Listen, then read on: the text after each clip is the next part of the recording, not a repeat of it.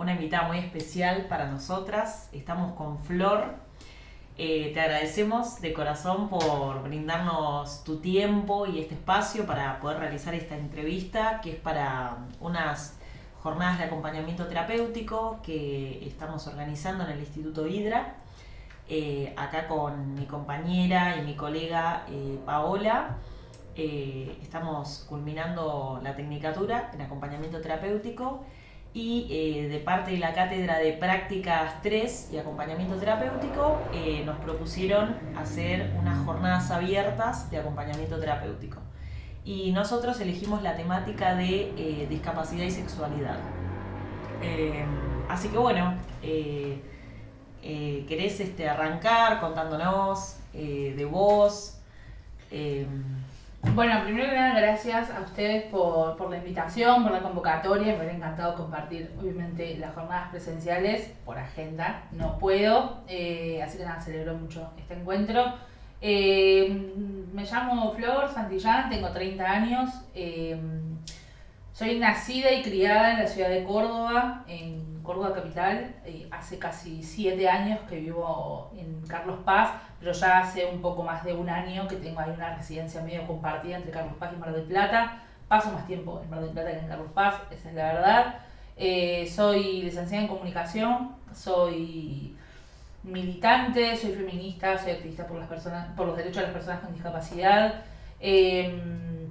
Hace ya un tiempo que creo contenido en redes sociales tratando de darle ahí una vuelta de rosca a la mirada histórica que tiene la discapacidad, que después profundizaremos sobre eso.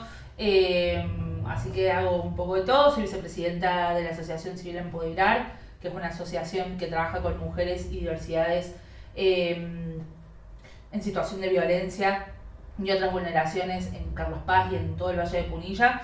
Y soy directora de Relaciones Institucionales de la Fundación Universitaria para la Ciencia y la Cultura. Toma, Pau. Un CV importante tiene Flor. No andamos con chiquitas. Bueno, acá tenemos unas preguntas que nosotras las fuimos armando. La primera pregunta sería: ¿cómo viviste tu sexualidad en cuanto al contexto familiar? ¿Cómo se fue dando en vos esto de empezar a tener ciertas pulsiones? ¿Cómo fue ir llevándolo con tu familia, la comunicación? ¿Cómo lo viviste? Claro, lo pudiste afrontar, tuviste acompañamiento, ¿lo entendieron, no lo entendieron?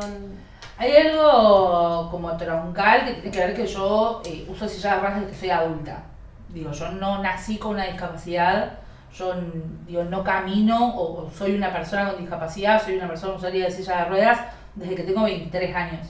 Entonces, todo el despertar del vivir y experimentar y construir la sexualidad y la identidad sexual que cada persona va construyendo, yo lo hice con muchísimos privilegios.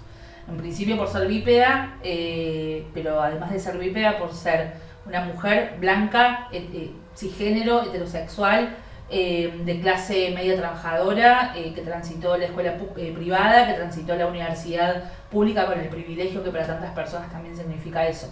Entonces, el transitar la primera etapa del despertar sexual o la sexualidad en sí, para mí dista mucho de lo que te puede responder una persona con discapacidad, que muchas veces producto de la infantilización, producto de este manto angelical que nos ponen y aniñado que nos ponen a las personas con discapacidad,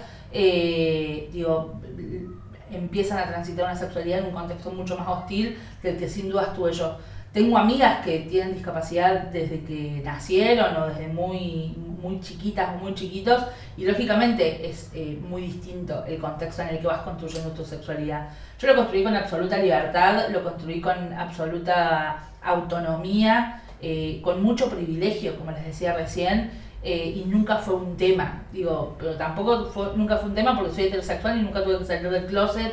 Fue un tema porque nunca tuve que dar explicaciones de nada porque era bípeda.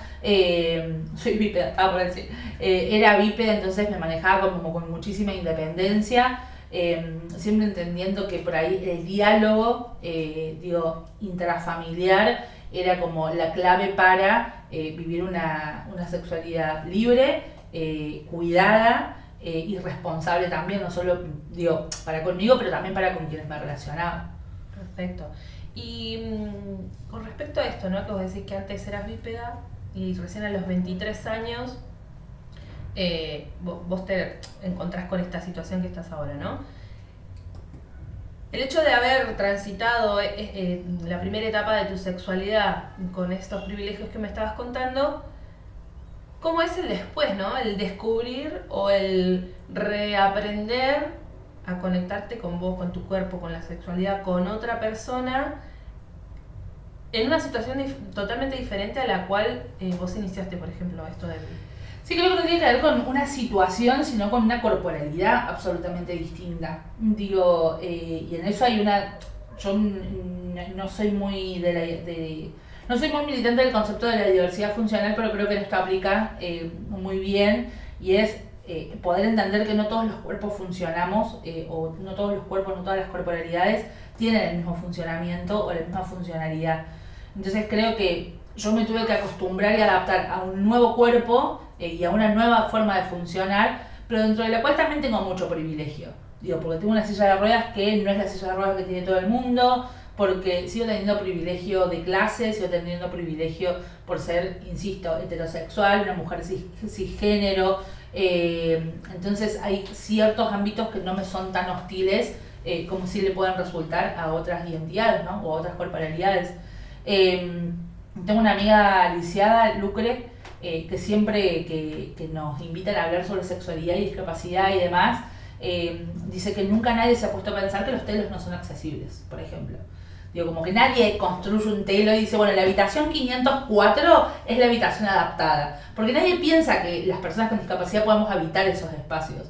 Digo, es como, ¿cómo va a venir un lisiado acá? Digo, no hay posibilidad alguna. Y creo que es un ejemplo. ¿Cómo un lisiado va a tener sexo? No, es, digo, es una cosa del la recepcionista de un telo, viendo ahí un lisiado o una lisiada llegar, yo creo que renuncia, como se le explota la cabeza, digo, en la generalidad, no quiero estigmatizar al gremio de las personas que trabajan en recepción, digo, pero como en la generalidad está este manto tan alineado, tan angelical. Y después hay cosas que responden mucho a cómo te atraviesa la discapacidad desde lo clínico, médico, digo, como las cosas que te acarrea tu discapacidad. Digo, en los varones, por ejemplo, no quiero hablar de las identidades, digo, de la realidad de nadie, pero como para ejemplificar, en los varones hay un mandato muy fuerte, y que incluso por ahí en los centros de rehabilitación y demás, que en mi caso yo lo transité, digo, al paso por un centro de rehabilitación, se hace mucho hincapié únicamente en los varones con el tema sexual, digamos, con el volver a poder estar con una persona. Quizás la persona está más interesada en ver por qué tiene espasmos en las piernas que otra cosa, pero hay como un incentivar todo el tiempo porque es varón y no puede no tener una erección, digamos. Entonces también es redescubrir las formas en las que un varón, quizás con, no sé, una estimulación de orejas, puede tener una erección, que para mucha gente parece una locura, pero bueno, es lo que sucede en los cuerpos. Pero en el entorno, y volviendo por ahí al origen de tu pregunta, también hay una cosa que es la independencia o la interdependencia para quienes no son 100% independientes o autónomos, que es el entorno. Digo, en mi caso a mí la discapacidad me llegó de grande, me llegó de adulta, pero puso como una pausa en mi adultez. Digo, y yo esa adultez, digo, con mucho acompañamiento de mi entorno, en donde también tengo mucho privilegio, porque tengo una madre que es amiga de mis amigas, porque tengo un padre que con muchísimo esfuerzo ha tratado de entender ciertas cuestiones, porque tengo dos hermanos que acompañan desde su lugar de hermanos y no desde un lugar de acompañante terapéutico, básicamente, y porque mis amigas lo hacen también en ese sentido. Digo, mis amigas son mis amigas, no mis AT, mis amigas son mis amigas, yo salgo a la brecha, me tomo algún gin tonic de más y no me están retando, digamos, no me están... Digo, si hay una asistencia por una limitación física, digo, que tengo, pero no son mi red de acompañantes terapéuticos. Cuando he necesitado AT, he buscado una AT, pero si no, tengo amigos y tengo familia que no cumplen esa función.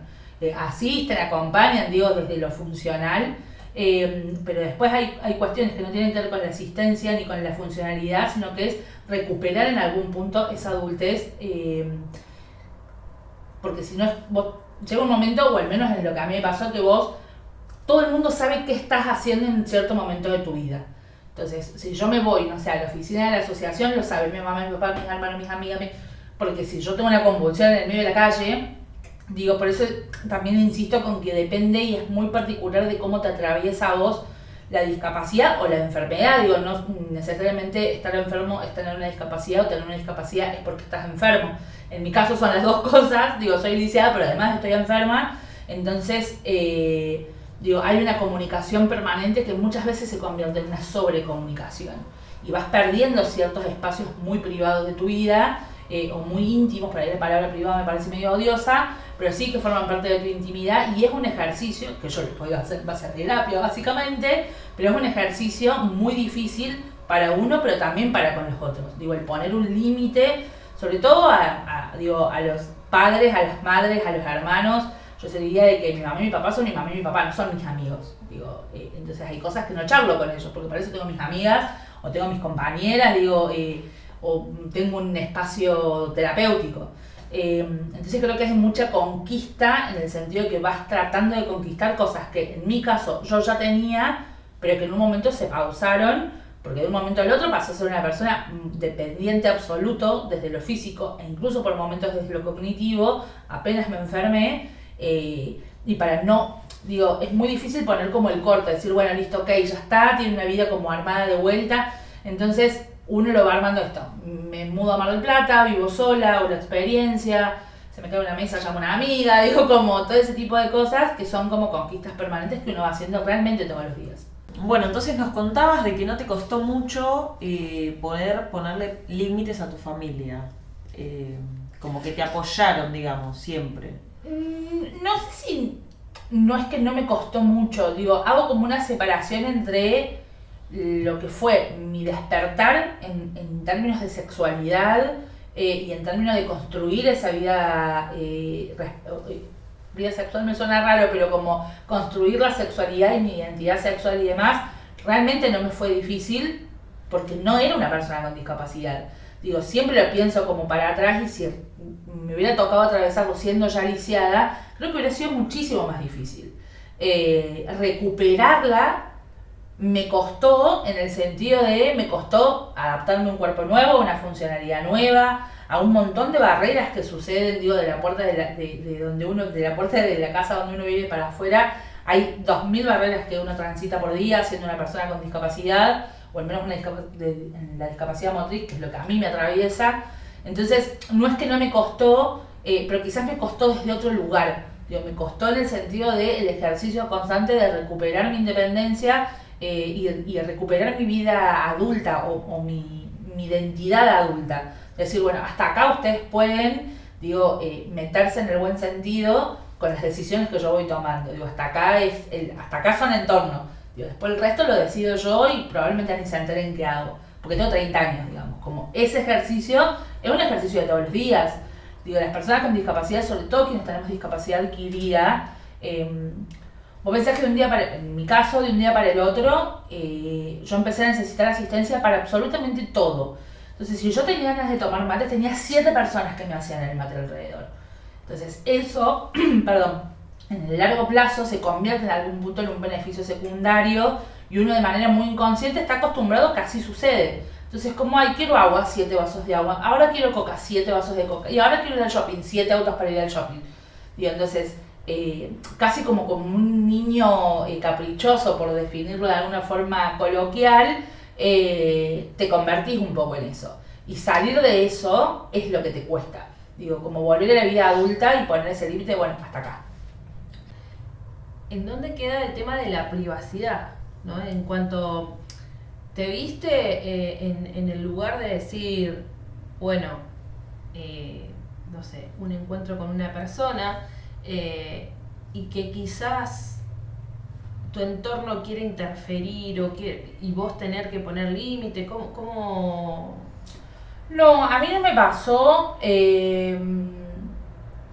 pero porque me parece que el ejercicio empezó mucho antes, como esto de poner límites, de decir, me voy a lo de una amiga, punto, y probablemente no esté en lo de una amiga. Digo, resulta odioso decir, che, tengo 30 años, ¿en serio te estás diciendo estoy en lo de una amiga? Como, eso lo hacía cuando tenía 12, igual no se hace, ¿no? Hay que decir la verdad. pero quizás tiene que ver con eso, en el sentido de que a mí no me costó. Digo, no recuperé rápido como esa adultez, porque no es que lo hice en 5 meses, pero una vez que como que recuperé la primera parte ya siguió recuperada, pero cuando yo digo que es un ejercicio, digo, yo tengo una enfermedad que es muy cíclica, entonces yo tengo épocas en donde estoy muy bien, o donde estoy bien, y tengo épocas en donde estoy muy mal, y todo empieza como el ciclo de vuelta, la sobreprotección, el sobrecuidado, la sobreatención, digo, la ubicación cuando me voy a un lugar para que sepan que estoy bien, el llamado permanente para ver que no convulsionan en el medio de la calle, el no viajar sola, digo, como todas esas cosas vuelven a suceder y ahí empieza medio como de cero este ejercicio de, bueno, ahora estoy mejor, volvemos a separar, digo, yo vuelvo como a recuperar mi vida adulta, con todo lo que significa la vida adulta, digo, decidir sobre el propio cuerpo también es una vida adulta. Digo, yo no tengo intervenciones porque lo decido, porque soy adulta. Digo, hoy en Argentina hay niñas que sufren esterilizaciones forzadas sin su consentimiento porque las familias deciden intervenir ese cuerpo. Digo, a mí nunca me pasó una cosa así. Puede estar relacionado con que yo empecé a usar ya, o sea, que soy lisiada de grande y probablemente tiene que ver con mi personalidad y también tiene que ver con el ser activista, el conocer ciertos derechos, el tener una red militante que acompaña, en donde uno puede también hacer como una catarsis, pero la realidad de las personas con discapacidad, sobre todo en la adolescencia, es muy cruel. Digo, es muy cruel. Yo siempre lo pienso en términos de las escuelas, ¿no? Digo, si no tenemos representación ni siquiera en los materiales que leemos, nunca hay una chica en silla de ruedas en un libro de historia, mucho menos en un libro de biología, muchísimo menos si hablamos de educación sexual integral, digo, tampoco están nuestras corporalidades representadas ahí. Bueno, entonces el compañerito no se va a fijar en otro compañerito o en otra compañerita que tenga una discapacidad, porque es una identidad que parece que está invalidada, digo, usando la palabra inválida a propósito. Digo, que no sienten o que no... No, una identidad que no existe, digamos, que no hay posibilidad a que ese como holograma, que ese alma de la discapacidad sea un sujeto de deseo. Digo, las personas con discapacidad también somos sujetos de deseo, el goce también es un derecho para nosotros y para nosotras. Bueno, Flor, vos nos venís mencionando sobre esta enfermedad que vos tenés. Queríamos saber si te sentís cómoda para poder ampliar ahí, si nos querés contar cómo se produjo, qué es. Sí, yo tengo una enfermedad autoinmune que se llama polineuropatía desmielinizante mixta, periférica en mi caso. Es muy similar a la esclerosis múltiple, como para ahí la gente la conoce más que la mía, pero la esclerosis múltiple afecta al sistema nervioso central y la mía afecta al sistema nervioso periférico. Pensando que el cuerpo está formado como por cables, mi cuerpo no produce la mielina, que es como el caucho negro que recubre los cables. Bueno, mi cuerpo lo va perdiendo y la mielina es algo que orgánicamente el cuerpo no vuelve a producir y tampoco se puede generar de manera artificial. No es que, bueno, toma esto que te regenera la mielina. Por eso, digo, en mi caso lo primero que me atacó fue las piernas, un brazo, digo, este brazo tengo muy poca fuerza, pero te afecta principalmente en lo que son los nervios, los músculos del cuerpo, entonces tenés ahí como, por eso también es tan cíclica, porque es autoinmune, entonces tenés periodos que algunos le dicen brote, otros les decimos recaídas, que son muy inesperados, digo, no los podés programar, si bien hay ciertos factores que pueden, digamos, como no impulsar, pero ser más propicios de generar una recaída, digo, te agarra y te agarra. Hay recaídas que te duran una semana y hay recaídas que te duran 5 meses, ¿no? Como depende mucho de un montón de factores que tampoco nadie entiende bien cuáles son, porque lo que tienen las autoinmunes es un poco eso, como lo inesperado o lo poco explicable. No se sabe si es genético, no se sabe si es hereditario, bueno, casi lo mismo. Digo, o si un virus te entró en algún momento de tu vida, digo, como no tienen una explicación muy lógica, para decirlo de alguna forma, las enfermedades autoinmunes, mucho menos las desmielinizantes. Retomando un poco esto de digamos, ¿no? De la privacidad, de la sexualidad, de la discapacidad, de esto que estamos hablando. ¿Cómo te encontrás vos, por ejemplo, cuando, no sé, tenés que ir al médico, ¿no?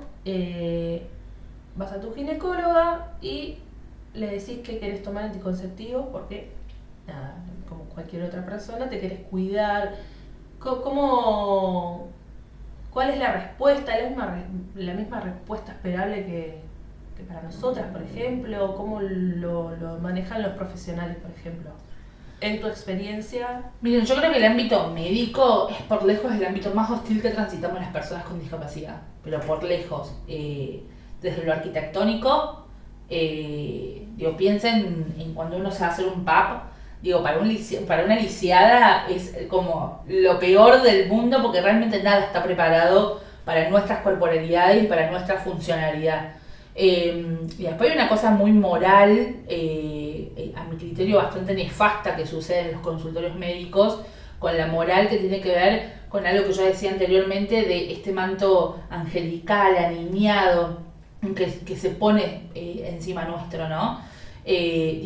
Responde, no es para que suene como que los médicos son la peor raza del universo o la peor especie del universo, sino que en una sociedad que está construida estructuralmente sobre un sistema capacitista, eso se replica en un montón de ámbitos, principalmente en el ámbito médico, que tienen todavía una concepción de la discapacidad sobre el modelo más médico rehabilitador, por eso la constante necesidad de modificarte el cuerpo para ver si te puede volver a funcionar, en mi caso como funcionaba antes, en el caso de alguien que trae una discapacidad de nacimiento es como tratar de lograr en ese cuerpo como un espejo de lo que supuestamente tiene que ser un cuerpo que funciona bien, ¿no? Eso también sucede en los consultorios ginecológicos, también sucede en la clínica médica, la neurología, en un montón de ámbitos de la medicina, en donde muchas veces se nos niega el acceso a los anticonceptivos, como me decías, muchas veces se nos niega el proyecto de ser madres, en el caso de que así lo deseara, yo nunca tuve el proyecto de ser madre, ni siquiera de bípeda, entonces para mí tampoco fue un problema. Pero tengo compañeras conocidas de la militancia o del activismo disca, que realmente es uno de los proyectos más importantes que tienen en la vida es poder ser madres, y son muchísimas las barreras que se les presentan, por esta cuestión moral aniñada, angelical, de cómo una lisiada va a ser madre. Básicamente para ser madre tenés que vincularte sexoafectivamente con alguien y se supone que los lisiados y las lisiadas no tenemos ese tipo de vínculos con la gente. Entonces, creo que está muy metida o muy mezclada ahí como la moral con esta estructura capacitista y se vuelven ámbitos muy hostiles. Hay un grupo una organización en realidad que se llama REDI, que hizo junto al proyecto de CIAR y junto a Casa Fusa un material que es una guía de buenas prácticas en el espacio médico, en el consultorio médico para personas con discapacidad, y que además generan todo un material sobre métodos anticonceptivos, particularmente en lenguaje simple que le llaman. Son unos tarjetones que la idea es que si vos vas al consultorio con tu médica, con tu médico, lo puedan tener para poder explicarte cómo cuidarte, cómo prevenir un embarazo, cómo generar un proyecto responsable en caso de querer gestar para poder tener un hijo o una hija.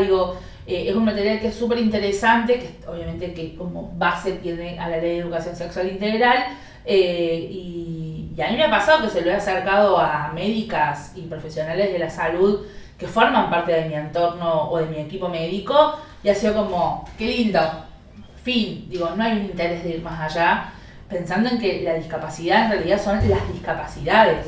Yo no camino y fin, pero hay otras discapacidades que generan que uno tenga que usar otro tipo de lenguaje, o que uno tenga que hablar en un lenguaje más simple, que puedas explicar las cosas de otra forma, que tengas que usar más bien dibujos para poder comunicarte sobre la base de una comunicación no verbal.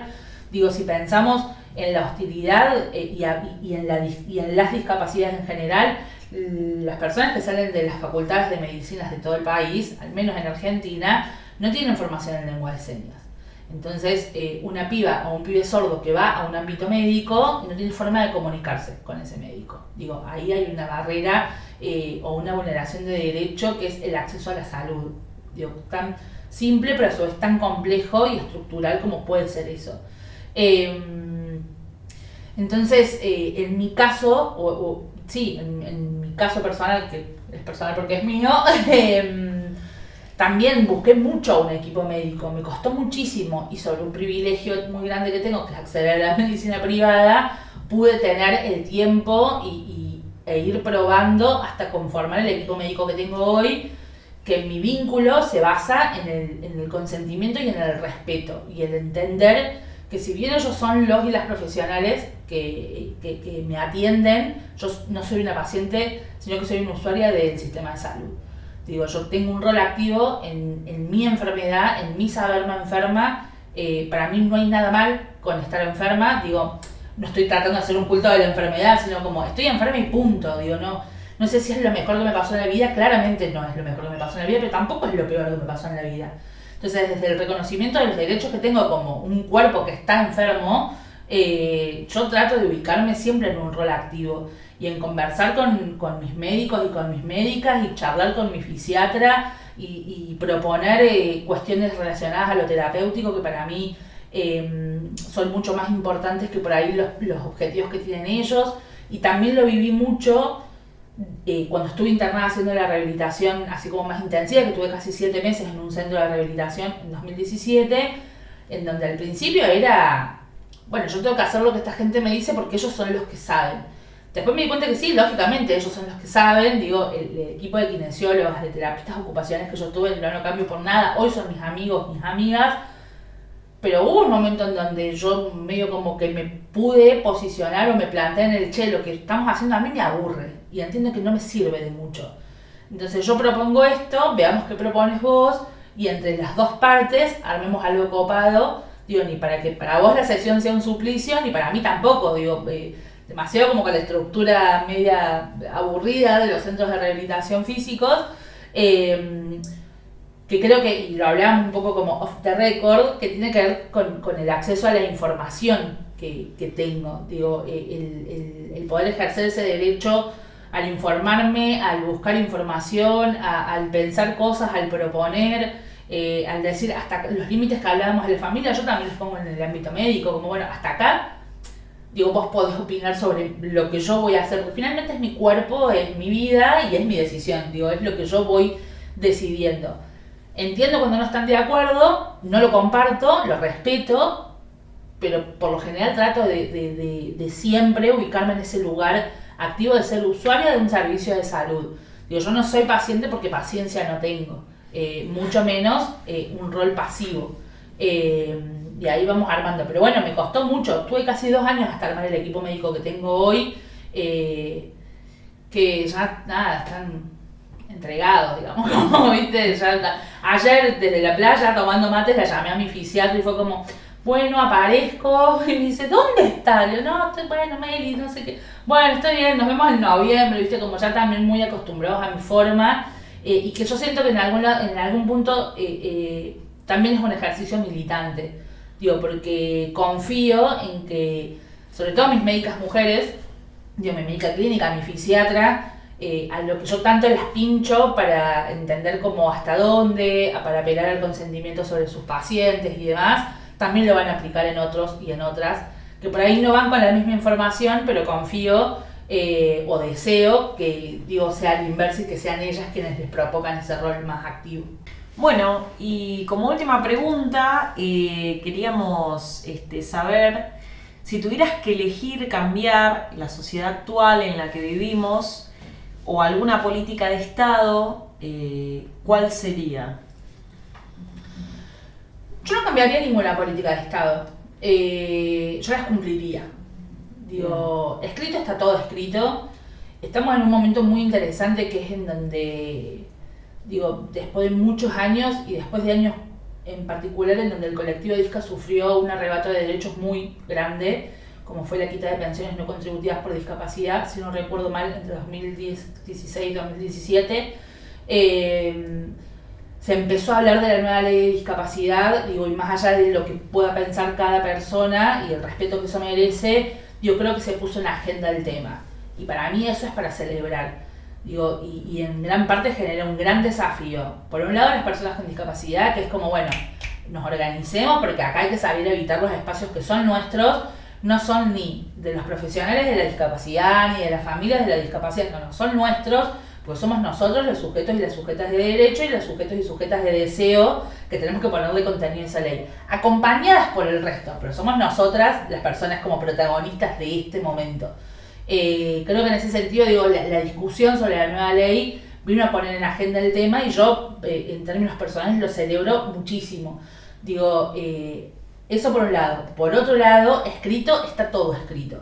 Digo, hay normas internacionales, normas nacionales, provinciales, municipales, comunales, y de las que a ustedes se les ocurran, que son muy lindas. Sí, que hay que modificar palabras, que hay cosas que ya quedaron muy viejas. Digo, también lo de la nueva ley es muy simbólico, es una ley que viene de la época de la dictadura. Entonces, desde lo simbólico y desde lo proclamatorio, si se quiere, pensar en una ley hecha en democracia es como la gran deuda o es saldar la deuda que la democracia tiene para con los lisiados y las lisiadas. Pero creo que no cambiaría ninguna política pública, sino que las haría cumplir. Digo, generaría organismos de control que realmente controlen no sé, los comercios y su accesibilidad en base al Manual de Diseño Universal, porque está escrito. Generaría, sí, por ahí, y no tiene que ver con una política de Estado, digo, de gobierno quizás, pero sí en una política pública que es empezar a repensar los planes de estudio de las universidades y de los espacios formativos, sobre todo de quienes después van a tener algún vínculo directo con la sociedad, no necesariamente con la discapacidad.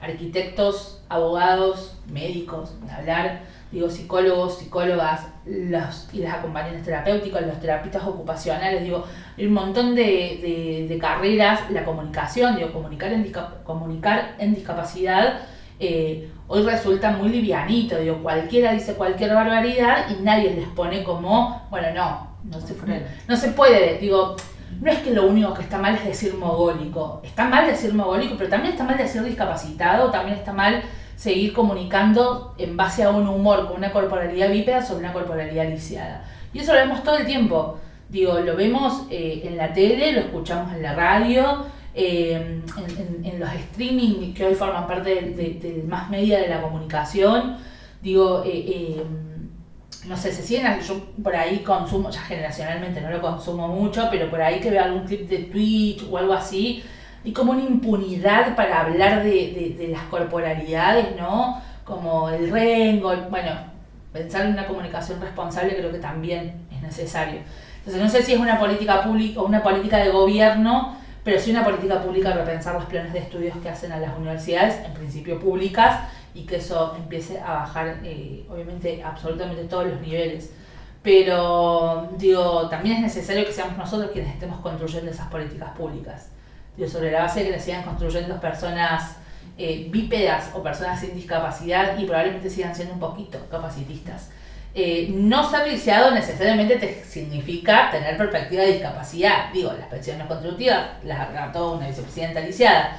Al margen, claro, como al margen de Triaca fue ministro de Trabajo y es usuario de silla de ruedas, digo, y el cupo por discapacidad o la inclusión laboral por discapacidad no avanzó, digamos, porque había un ministro lisiado. O sea, no necesariamente la condición te genera la conciencia, pero creo que sí, si pudiéramos estar en esos ámbitos, si pudiéramos ser referencias, si pudiéramos ser nosotras quienes le demos contenido desde la propia realidad, creo que viviríamos en una Argentina muchísimo más justa y en vez de una Argentina de pie, viviríamos en una Argentina sobre ruedas que me parece mucho más divertido. Y eso bajándolo a cada una de las localidades o de las ciudades donde uno vive. Mar del Plata me parece realmente la ciudad más linda de la Argentina y es súper frustrante que la discusión sea, digo, que haya un grupo de concejales que haya tenido que pedir rampas. Como para mí esa discusión es re vieja, como, ¿en serio tenemos que seguir discutiendo de las rampas? Como, siendo la ciudad más linda del país tendremos que estar pensando en otras cosas, no en una rampa que ya debería ser un hecho. Me parece que hay que elevar un poco la vara, está muy abajo en materia de discapacidad y entender eso. que si pudiéramos estar dándole nosotros ahí un contenido disca a cada una de las políticas que hacen al país, viviríamos en una Argentina en principio más divertida, pero también más justa para todas las corporalidades. La verdad, Flor, te agradecemos de corazón por brindarnos este espacio, por habilitarnos este espacio. La verdad que un placer escucharte, cómo te desenvolvés para hablar, lo clara que fuiste. Gracias. Totalmente asombrada y la verdad que súper agradecida por este espacio que nos brindaste, como dije. Y bueno, tendremos que leer tu libro. No, gracias a ustedes. Primero por pensar en la temática. Creo que eso ya es interesante para ser profesionales que trabajan o que van a trabajar, cualquiera fuera el caso, con personas con discapacidad. Me parece que es interesante. Las generaciones nuevas de profesionales tienen el gran desafío de ser las profesionales y los profesionales que muchas generaciones de liceados y liceadas no tuvieron. Así que me parece que ahí tienen como un desafío súper importante en pos de la garantía de nuestros derechos que realmente son muy vulnerados. Agradecida soy yo, a disposición, y para el libro www.malditalicealibro.com, ahí lo pueden ver, incluso hay notas y demás que pueden chusmear. Muchísimas gracias. Bueno, A ustedes. gracias, Flor. Cumplido el objetivo. A ustedes.